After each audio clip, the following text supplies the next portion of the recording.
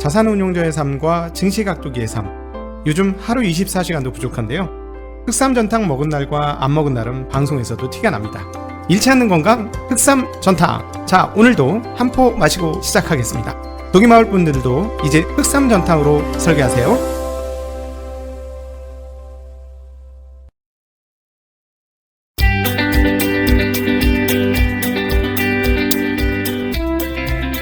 가게 사는 증시 각도기. 안녕하세요, 증시 각도기 시청자 여러분, 투자자 여러분, 반갑습니다. 그리고 네이버 오디오 클립을 통해서도 실시간으로 방송을 듣고 계신 청취자 여러분, 반갑습니다. 또 팟빵을 통해서도 듣고 계신 여러분들도 인사를 올립니다. 네, 오늘도 사상 최고치를 계속해서 경신하면서 줄다름을 치고 있습니다. 무엇보다도 기업 실적이 대체적으로 굉장히 양호해요. 전반적으로 기업 실적이 양호하기 때문에 주식시장은 뭐다? 네, 기업 시장이다. 그렇죠? 주식은 뭐다? 기업의 조각이다. 그러니까 결국 주식이 좋아지려면 뭐가 핵심이다? 실적이 좋아져야 된다라는 건데, 그 실적이 좋아지는 거에 있어서 어떤 작용들이 있죠? 인간의 작용이 있죠. 인간은 어떤 존재다? 불확실한 존재이다. 또 인간은 불안정한 존재이다. 또 인간은 감정적 존재이다. 이것이 중요하죠. 감정적 존재이기 때문에 이성적으로 판단하지 않다. 그러니까 경제에서 설정하고 있는 인간은 이성적이다라는 전제 자체가 개뻥이다.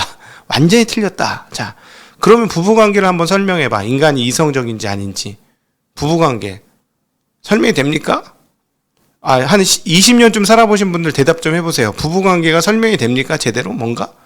안 되잖아요. 그쵸? 인간은 그렇게 합리적인 존재가 절대 아니더라는 것이죠. 그렇기 때문에 합리성에 의거해서 시장이 작성될 때는 가끔씩 한 번씩 있습니다. 그러니까 산책하는 사람과 산책하는 사람을 따라온 개를 보면 개는 왔다리 갔다리 한다 그러고, 왔다리 갔다리 하는 게 경제의 상황이자 또 주가의 상황이다, 이런 얘기를 앙델 코스텔라니가 했죠. 그걸로 이제 앙델 코스텔라니 정말 유명해졌는데, 그렇습니다. 정해지거나 규정된 것이 없죠. 언제는 똑같은 이슈를 가지고 열광적으로 반응을 하고, 언제는 똑같은 이슈를 가지고 냉담하게 반응을 합니다. 그러니까 사실은 뭐라 그럴까요? 점은 하나인데 사람이 막 이렇게 움직이는 거야. 왔다리 갔다리 움직이면서 점이 막 움직이는 것처럼 보여. 점은 제자리인데 내가 움직여. 그러니까 점이 움직이는 것처럼, 복싱하는 것도 아닌데 하여튼 그렇게 보여지는 거죠. 그래서 사람들이 어디에 쏠려 있는지를 잘 보는 게 굉장히 중요하고, 점의 위치는 어디에 있는지를 보는 게 굉장히 중요하다는 거, 여기서 흐트러지면 안 된다는 건데, 사실은 되게 재밌는 거예요. 저보다 똑똑한 사람들이 얼마나 많아요. 그죠? 고등학교 때부터 수재였던 사람들, 그런 분들, 공무원 중에 그런 분들 많잖아요. 그런 분들 중에서 좋은 결과를 얻었다 하시는 분들, 아시는 분 손 한번 들어봐. 투자해서 좋은 결과 얻었다는 분들 별로 없습니다. 경제학 박사들 중에서, 경제학 교수들 중에서, 자, 케인즈 제외하고 좋은 투자 결과 얻었다는 사람들 얼마나 될까요? 네, 우리 저 채널에 나오는 김진영 교수님은 행정학과인가 교수야. 행정학과. 경제가 아니에요. 그분이 경제학이었으면 그렇게 주식 투자를 잘했을 리가 없어요. 네, 그러니까 항상 투자라는 건 이런 것이고, 그렇기 때문에 심리를 어떻게 읽어내는지, 그리고 심리를 어떻게 지켜내는지, 이 부분이 너무 중요하다라는 겁니다. 그래서 내가 나는 너무 부족해, 나는 똑똑하지 않아, 그래서 투자하는데 맞지 않아 라고 생각하시는 분들이 있을 수도 있는데, 그렇지 않아요. 오히려 똑똑하신 분이 패가망신하는 곳이 여기라는 거, 그리고 오히려 우직한 분이 좋은 결과를 얻게 되더라는 거. 그리고 저 오늘 저녁에 또 배진환 그 대표하고 같이 대담을 제가 합니다만, 의외로 단순함으로 자기를 자리 잡게 만드는 사람이 이기더라는 사실, 이거를 꼭 기억하시면 좋겠습니다. 오늘 뭐 시장이 별 게 없으니까 제가 노파심에 별 쓸데없는 얘기를 다 많이 하는데, 자, 오늘 전반적으로 중요한 포인트는 없어요. 기업의 실적들은 대단히 양호했고, 그 다음에 11월 3일부터 4일까지 그 연준의 블랙아웃 기간이죠. 연준이 11월 3일, 4일 날 FOMC 회의를 하니까 그 전 일주일 동안은 아무 연준 인사들이 인터뷰나 발언을 안 하게 되어 있어요. 그래서 이걸 블랙아웃 기간이라고 해요. 아무 연준 관련된 발언을 들을 수 없다 해서. 그래서 오히려 시장은 지표 나오는 거에 반응할 수밖에 없는 그런 흐름인데, 오늘 중요할 거라고 생각해요. 오늘과 그 다음에 금요일 날 PCE 지수가 상당히 중요한데요. 두 가지가 중요한데, 오늘은 무슨 지수였느냐? 바로 부동산 지표가 나왔습니다. 이 부동산 지표가 어떻게 나왔는지 보시면, 야, 저는 그 엊그저께 우리 박석현 이사하고, KTV인가요? 박석현 이사하고 그 대담할 때 연합인포 나가서, 가장 핵심적으로 중요한 그분이 얘기했던 한 가지만을 얘기해 보자면, 부동산 가격이 계속해서 상승하면 연준은 금리 인상을 해야 되는 상황으로 몰릴 수밖에 없다라는 이야기예요. 저도 거기에 전적으로 동감을 하고요. 부동산 가격이 계속 올라가면 다른 정책적 의지와 상관없이 금리를 올릴 수밖에 없는 상황이라는 것이죠. 예, 그래서 그 부분이 굉장히 중요한데, 여기에 대한 그 지표가 나왔습니다. 케이스 실러, S&P 코어 로직 케이스 실러, 이름도 되게 어렵네. S&P 코어 로직 케이스 실러 8월 전미 주택 가격 지수가 발표가 되는데요. 연율로 19.8%가 상승을 했습니다. 연율로 19. 그러니까 한 달 올라간 거를 곱하기 12를 한 거죠. 한 달 올라간 곱하기 12를 해봤더니 역시 20% 올랐는데? 이런 상황이죠. 와, 주식값 20% 올라도 너무너무 좋아. 그리고 올해 많은 분들의 소원이 뭐야? 20%만 수익이 났으면 하는 게 많은 분들의 주식 투자하는 사람들 소원 아닙니까? 근데 집값이 20% 올랐어요. 와, 20%면 10억짜리면 12억이야. 그렇죠. 물론 이제 미국의 그 주택 중간값은 30만 달러대죠. 근데 또 우리나라도 전국 단위로 해보면 주택 가격이 그 정도 해요. 중간값으로 하면. 이제 수도권은 뭐 전혀 딴 세상이지만, 저 세상은 아니지. 그냥 딴 세상, 무슨 저 세상이야. 딴 세상이고요. 네. 자, 그런데 그 자료 집계를 한 87년, 1987년. 자, 여기서 87년 이후에 태어나신 분들만, 87년 이후, 최대 상승률이라고 합니다. 최대 상승률이고 14개월 연속 상승이에요. 그러니까 코로나 그 이후로 계속 올랐다는 얘기인데, 그런데 하나 주의할 게 뭐냐면 이것도 뭐가 나왔다? 피크아웃이 나왔다. 피크아웃. 그러니까 계속 오르고 너무 많이 올랐는데 전월 상승률 대비 이번 달 상승률은 전월 상승률보다는 조금 낮았더라라는 얘기를 하는 거죠. 지금 20개 도시 주택가격 지수가 연월로 19.7%가 올랐는데 전월은 이게 20.0%가 올랐다고 합니다. 그래서 지금 그 연월로 드디어 올라가던 이 우상향 상승률이 약간 꼬부랑 된 거야. 꼬부랑 이렇게 올라가다가 가파르게 막 올라가다 꼬부랑 이렇게 된 상황이 지금. 근데 그 꼬부랑 아주 크지 않아요. 그래서 근데 현재 상황에서의 주택 가격이 계속해서 올라간다면 어떻게 되냐면 주택 가격 잡기 위해서라도 금리를 올릴 수밖에 없습니다. 지금 한국도 그렇죠. 한국도 주택 가격 두드려 잡는다. 그래서 금리 올리겠다라는 건데 11월 달에 또 금리가 올라가겠죠. 그리고 내년도 1분기 한 번 더 금리를 올라가면서 1.25% 정도 될 것이다 라는 예상을 하고 있습니다. 그리고 심지어는 하반기 한 번 더 올려서 내년 연말 기준으로 1.5%가 될 거다라는 것이 그 채권 이코노미스트들의 중론입니다. 현재 1.25라고 생각하시는 분도 있고 1.50까지 올라갈 거라고 생각하시는 분도 있는데, 그래서 어쨌든 우리나라 부동산도 이제는 진짜 금리가 올라가기 때문에 조심하셔야 돼요. 금리 올라가는 건 무서운 일이에요. 레버리지 그 차입을 많이 쓰는 자산 영역에서는 금리 올라가는 건 진짜 무서운 내용입니다. 그래서 이 부분에 대한 이야기도 지난주에 우리가 지난주 금요일 날 박정은 박사님 모시고, 그분은 원래 채권 전문가이긴 한데 부동산 관련 채권 금리와 부동산 관련에 대한 문의를 대담을 했어요. 권순양의 브릿지에서. 그래서 빠르면 이번 주말에 여러분을 찾아가게 될 것입니다. 네, 여러분 구독, 좋아요 이거보다는 알람 설정을 해 놓으셔야 이런 게 올라갈 때 떠서 보실 수 있겠어요. 주말에 올라갈 예정이고요. 그리고 또 우리 주말 프로그램 할 수 있도록 도와주신 스폰서 흑삼전탕, 그리고 댓글로 18% 싸게 살 수 있는 삼초육수 순간에 감사를 드립니다. 자, 그렇고 그다음에 이제 그 미국 상무부의 9월 신규 주택 판매도 나왔는데 전월 대비 14.0% 급증한 연율 80만 채가 되었습니다. 그리고 예상치 2.7%였습니다. 그러니까 예상보다 월등히 높은 전월 대비.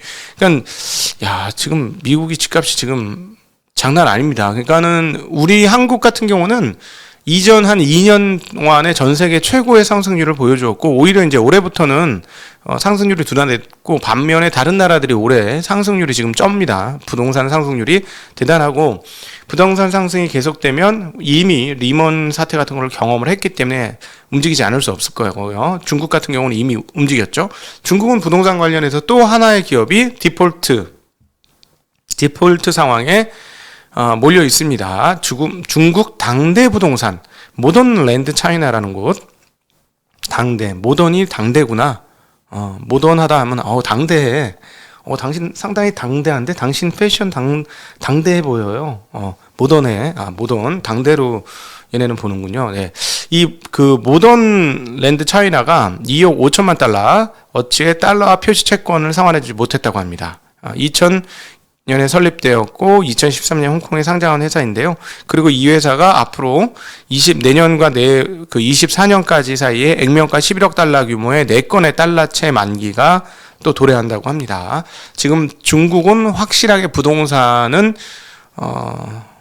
누른 거죠. 부동산으로 더 이상 갔다가 우리 조지겠다. 우리도 중국발 리만 나오겠다. 이 상태로 가면 안 조지겠다 해서 내리는 거고, 엊그저께 안유아 교수님하고도 얘기를 했습니다만, 지방정부는 보통 땅을 팔아서 돈을 벌었죠, 중국은.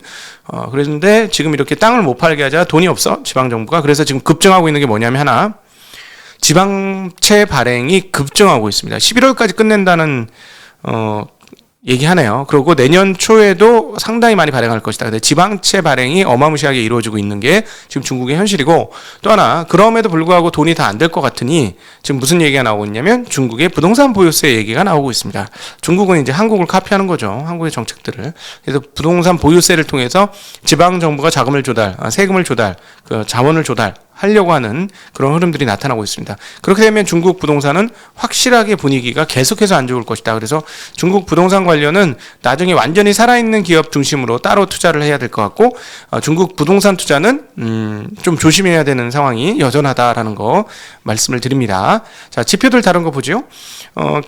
리치먼드 연방은행 10월 제조업지수가 12가 나왔습니다. 전월은 마이너스 3이었으니까 상당히 높게 나왔고요. 제조업지수 잘 돌아간다는 얘기가 되겠죠. 전문가 예상치는 5였어요. 그거보다 2배 이상 많이 나왔으니까 미국의 제조업도 잘 돌아가고 있다라는 얘기 들을 수 있겠고, 컨퍼런스 보드의 10월 소비자 신뢰 지수가 113.8을 나왔습니다. 많이 나왔죠. 많이 나왔습니다. 예상치가 108이었고요. 9월 수치는 109.8이었습니다. 그러니까 113.8 나왔으니까 상당히 잘 나왔고요. 오늘 그리고 제가 마지막으로 재미난 이야기 드리고 마감하도록 하겠습니다. 유가가 지금 사상 최고치 행진을 계속하고 있는데요. 오펙 플러스가 다른 때에 비해서 너무너무 단합을 잘하고 있습니다. 그래서 지금 84달러대까지 갔어요. 자, 여러분. 자, 기름을 넣을 것이냐 말 것이냐 굉장히 현실적인 문제야. 좀 일본인가? 만땅을 넣어 말어. 뭐 이런 상황이죠. 만땅을 넣어 말어. 꽉 채워야 돼, 말아야 돼. 이런 상황인데, 당분간은 조금 이렇게 공공행진을 할 것 같은데, 중기적으로는 공급이 더 터질 요소들이 굉장히 많습니다. 일단 첫 번째, 가격이 올랐으니까 미국의 그 쉐일 리그 숫자는 계속해서 늘겠죠. 계속 뭐 한 주에 한 열 몇 개씩 지금 늘고 있으니까 또 확인을 해봐야 되겠습니다. 이것은 공급의 그 증가 요인이고, 워낙 쉐일이 많이 당해갖고 도산한 기업들이 너무 많대요. 그래서 증산을 함부로 못하는 거예요. 겁나서. 이거 또 투자해 갔다가 또 가격 떨어지면 우리 또 거덜나는데, 이래가지고 굉장히 늦게 올라오는 거, 그런 게 하나 있습니다. 또 하나 아주 중요한 뉴스죠. 한반도에 있어서는 이란과의 핵 합의 가능성이 점차 고조되고 있다라고 뉴스가 나오고 있습니다. 이거는 이란이 이제 그 석유 시장에 본격적으로 등장을 하면, 지금 중국에만 조달해주고 있는 것으로 우리가 알고 있죠. 근데 세계 시장에 들어오면 꽤 큰 석유 국가예요. 그렇기 때문에 공급망이 확 해소가 될 수 있겠죠. 유가가 계속 올라가고 인플레이션이 난 상황이면 미국도 굳이 이란하고의 핵 협상을 안 할 이유는 없는 상황으로 지금 가고 있는 거죠. 오히려 이건 한반도에는 대단히 중요한 뉴스입니다. 자, 이란이 핵 합의를 되돌릴 수 있을지 보려는 노력이 결정적 국면에 있다라고 로버트 말리 미국 이란 특사가 얘기를 했고요. 그 이란 핵 합의가 뭐냐면 2015 2015년에 체결한 합의고 이란이 핵무기 개발을 하지 않는다면 이란에 대한 경제 제재를 해제한다. 이란에 대한 경제 제재 해제를 하면 이란은 뭘 팔아먹을 수 있다? 석유를 팔아먹을 수 있다. 그래서 이 부분은 공급 요인에 있어서는 대단히 중요하다라고 볼 수 있는데 이게 왜 한반도에 중요한 뉴스냐 하면 이란의 핵 기술, 이란의 뭐 미사일 핵 기술이 왜 이렇게 큰 제재를 받나요? 유대인들이 싫어하잖아. 유대인들이 싫어하거든. 너무 끔찍하거든. 유대인들 입장에서는. 절대 허용할 수가 없죠. 지금도 아마 유대인들은 이란 꽉 틀어 막아야 된다고 생각할 거예요. 그런데 어찌되었건 이거를 합의를 한다라는 건 그런 장애물을 뚫고 합의가 된다는 것이죠. 자, 그러면 뭐 그 이란의 핵과 미사일의 기술은 누가 제공해 줬습니까? 누가? North Korea. 네, North Korea. 한민족의 그 어떤 위대함을 볼 수 있지 않습니까? 그 어려운 상황에서도 기술 무기 기술 선진국이야. 무기 팔아먹을 수 있는 그런 능력을 갖고 있잖아요. 대단하지 않습니까? 자, 이란의 핵 합의가 이루어진다는 건 그 뒷단에 있는 북한의 문제도 해결될 수 있다는 것을 의미한다라고 볼 수 있습니다. 자, 그러면 그 이란을 전면으로 등장시켜 놓고 그 다음에는 뭐가 기다리고 있을까요? 네, 북한과의 썸띵이 기다리고 있겠죠.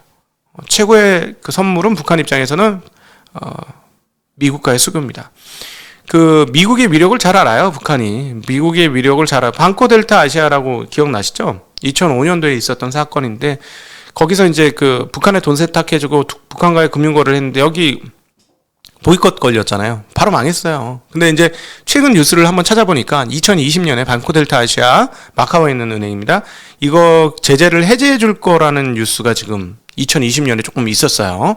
자, 요 과정들이 연결되어 있지 않는가 하는 고민들을 한번 해봐야 되는데 연결되어 있다면 미국도 제재가 풀리는 거가 되면 한반도는 굉장히 그 해빙무드로 갈 수 있고요. 그럼 관련 주식들을 빵빵하지. 이미 올랐어. 근데 이미 다 오르긴 했어요. 근데 또 다른 쪽이 빵빵할 수 있죠. 빵빵할 수 있으니까 그거는 한번 좀 관심을 가지고 투자하는 입장에서는 잘 관심을 가져야 되는 거고 이거는 대선 관련주하고 더불어서 휘발성이 가장 강해요. 휘발성이 너무 강해서 주가에 미치는 영향이 미친 영향을 미치죠. 네.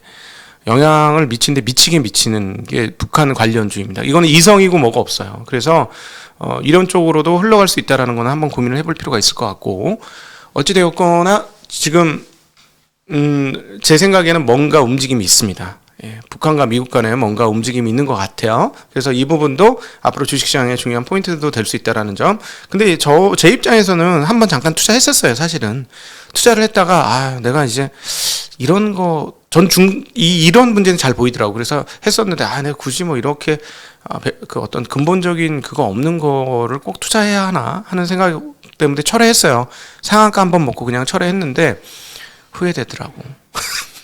뻔히 보였는데. 어쨌든 그런데 여기도 일반인들이 잘못 참전했다가는 가루로 녹습니다. 그래서 그냥 제가 지금 이 말씀을 드리는 건 이런 일이 벌어질 수도 있다라는 것이고 과열이 되면 여러분들 들어가시면 안 된다는 거. 근데 이미 관련 기업들은 주가가 너무 많이 올라서 지금 위험하다라는 말씀도 드리고 싶습니다. 자, 오늘 이 정도로 마무리하고 여러분들과 질의응답 진행하도록 하겠습니다. 긴 시간 함께해 주셔서 진심으로 감사합니다.